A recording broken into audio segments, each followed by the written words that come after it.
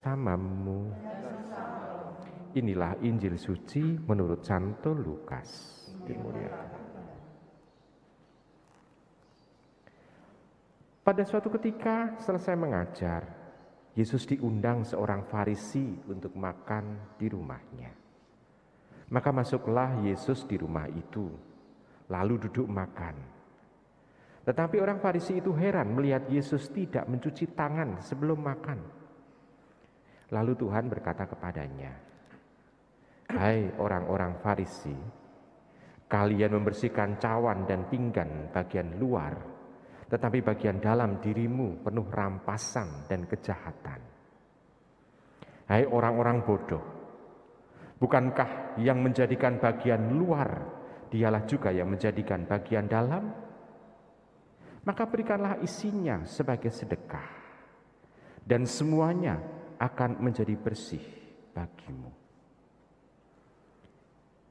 Demikianlah sabda Tuhan.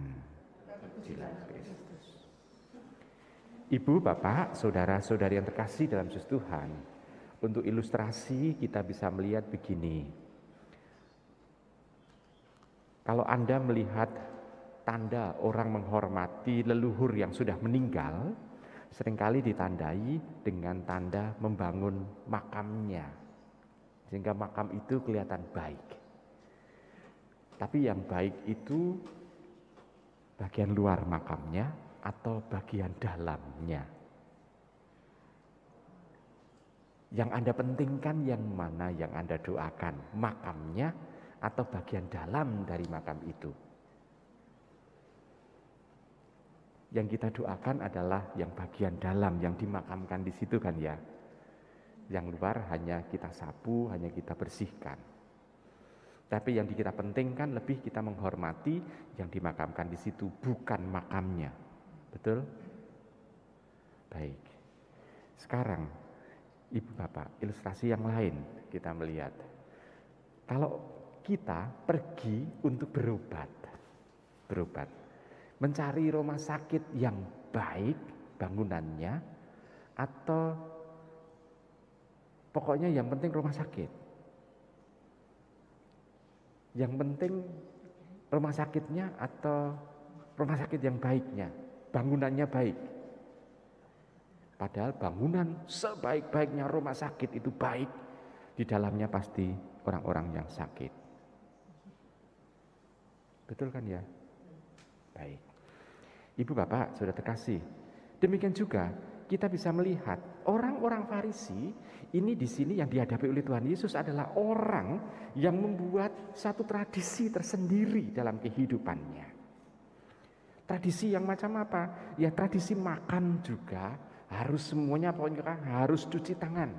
Walaupun pada waktu itu belum ada pandemi COVID, tetapi cuci tangan itu sudah menjadi sesuatu yang bagian dari kehidupan orang Farisi dan dimasukkan dalam bagian imannya.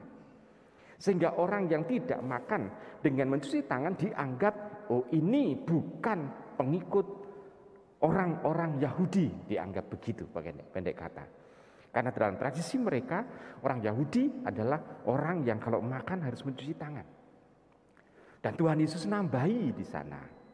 Nambahi apa? Yaitu nambahi kalau mencuci tempat untuk makan pun itu dibersihkan bagian luarnya, tapi bagian dalamnya tidak. Ya kita juga mengenal yang namanya teh poci juga kan.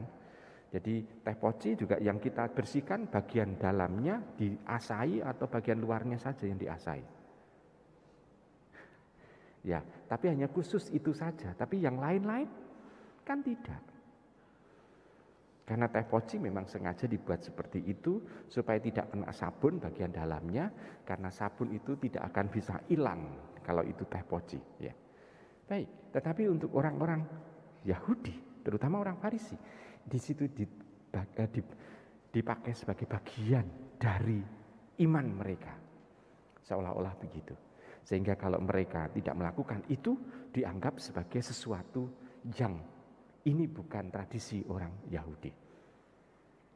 Nah, Ibu Bapak, sudah terkasih, kita sudah terbiasa untuk melakukan kebiasaan-kebiasaan ritual dalam Ekaristi. Setiap kali ada perubahan, pasti kita selalu akan bertanya-tanya, kok berubah meneh? Apakah betul tradisinya seperti itu? Pada waktu pergantian juga tata perayaan Ekaristi yang dengan yang baru itu, dengan rumusan doa syukur agung yang sebagian itu baru, lalu rumusan-rumusan yang lain yang dibacakan oleh romonya juga baru. Beberapa umat juga mulai bertanya-tanya, iki sing bener sing ndi? Kenapa yang dulu atau perubahan itu kenapa enggak dari dulu-dulu? Kenapa baru sekarang? Orang seringkali bertanya-bertanya seperti itu. Nah, bagi kita yang seringkali tidak melihat bagian dalam, inti dalamnya, kita pokoknya ya hanya mempertanyakan itu aja. Baik, kalau itu Ekaristi, TPE, tata perayaan Ekaristi, kenapa ada perubahan? Ya karena kita mau untuk menyatukan tradisi kita, gereja kita, Katolik ini dengan seluruh gereja Katolik seluruh dunia yang menggunakan buku Misal Romanum atau buku misa dari Roma yang satu itu, dan sekedar hanya diterjemahkan ke yang lain untuk memperlihatkan kesatuan kita. Karena kita tidak bisa menyatukan hanya dengan bahasa. Karena Tuhan sudah menciptakan banyak bahasa, maka setiap bahasa pun itu bisa dipakai untuk berdoa kepada Allah. Kita pun juga tidak hanya sekedar menghafal beberapa kata dalam bahasa asli untuk berdoa. Tuhan Yesus juga tidak pernah menuntut gerejanya untuk berdoa menggunakan bahasa Dia. Kita tahu bahasa Tuhan Yesus adalah kalau berdoa di Bait Allah, Dia menggunakan bahasa Ibrani. Dan dalam bahasa keseharian Tuhan Yesus menggunakan bahasa Aram. Tetapi Tuhan Yesus tidak pernah memaksakan doa gereja menggunakan bahasa yang dipakai oleh Tuhan Yesus. Kenapa? Karena masing-masing orang mempunyai bahasa dan budaya sendiri-sendiri, dan masing-masing itu mempunyai nilai yang mau diwartakan, yang mau juga tetap dipegang dan dipakai. Kita memang mewarisi bahasa Latin karena gereja kita adalah Katolik Roma, bukan Katolik Yunani. Kalau Katolik Yunani pasti menggunakan bahasa Yunani. Kalau Katolik Maronit sekarang menggunakan bahasa Arab. Katolik Koptik pakai bahasa dasarnya bahasa Mesir aslinya, tapi juga pakai bahasa Arab sekarang.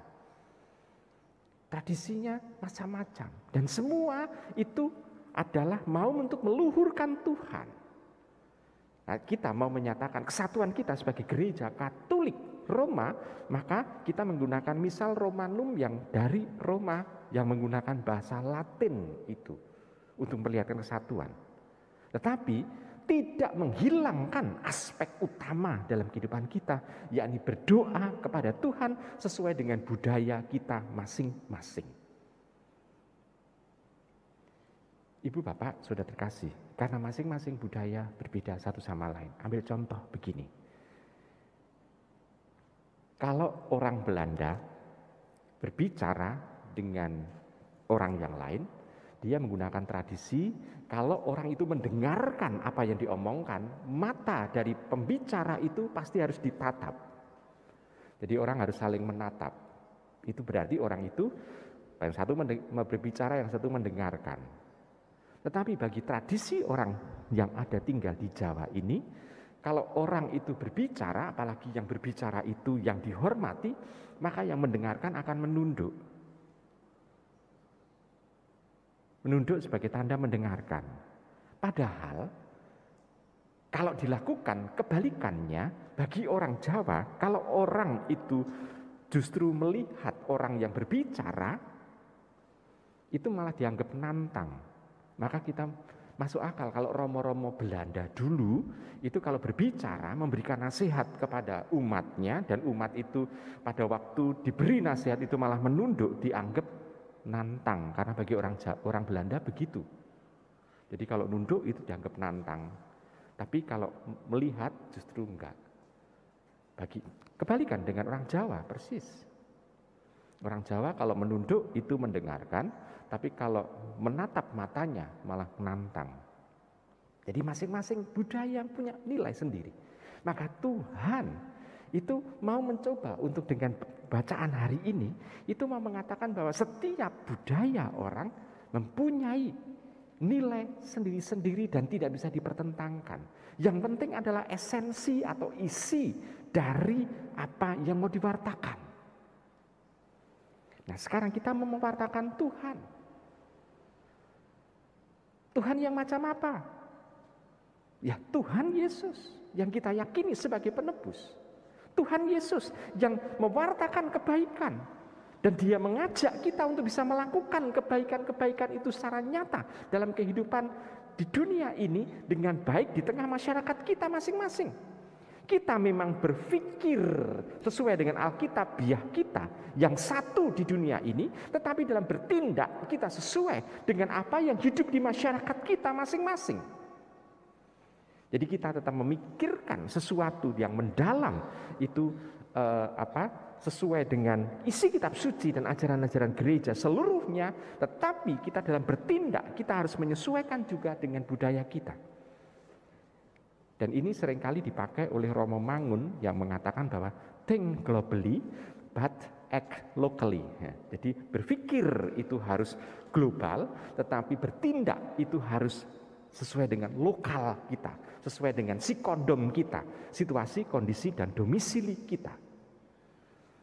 Jadi kita bisa melihat ini yang harus kita lakukan dalam soal beriman juga seperti itu, sehingga kita bisa dalam bertindak sesuai dengan tindakan-tindakan kita, tetapi kita melakukan apa yang sudah dikehendaki oleh Tuhan dan sudah diwariskan kepada kita dalam kitab suci. Sehingga kita dalam melakukan sesuatu, kita tidak hanya sekedar Alkitabiah, hurufiah.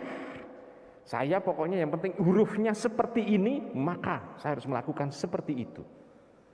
Ibu bapak, saudara-saudari yang terkasih dalam Tuhan, Tuhan tidak mengenaki itu karena apa? Karena dinamika manusia itu mengalami perkembangan. Sedangkan tulisan dalam kitab suci, ya sejak 2000 tahun lalu ya itu saja, tidak pernah berubah. Karena kitab suci kita tidak berubah. Tetapi makna, nilai, isi kalau itu digali yang tersirat dari kitab suci itu amat-amat kaya. Maka kita harus bisa mampu untuk berpikir soal itu.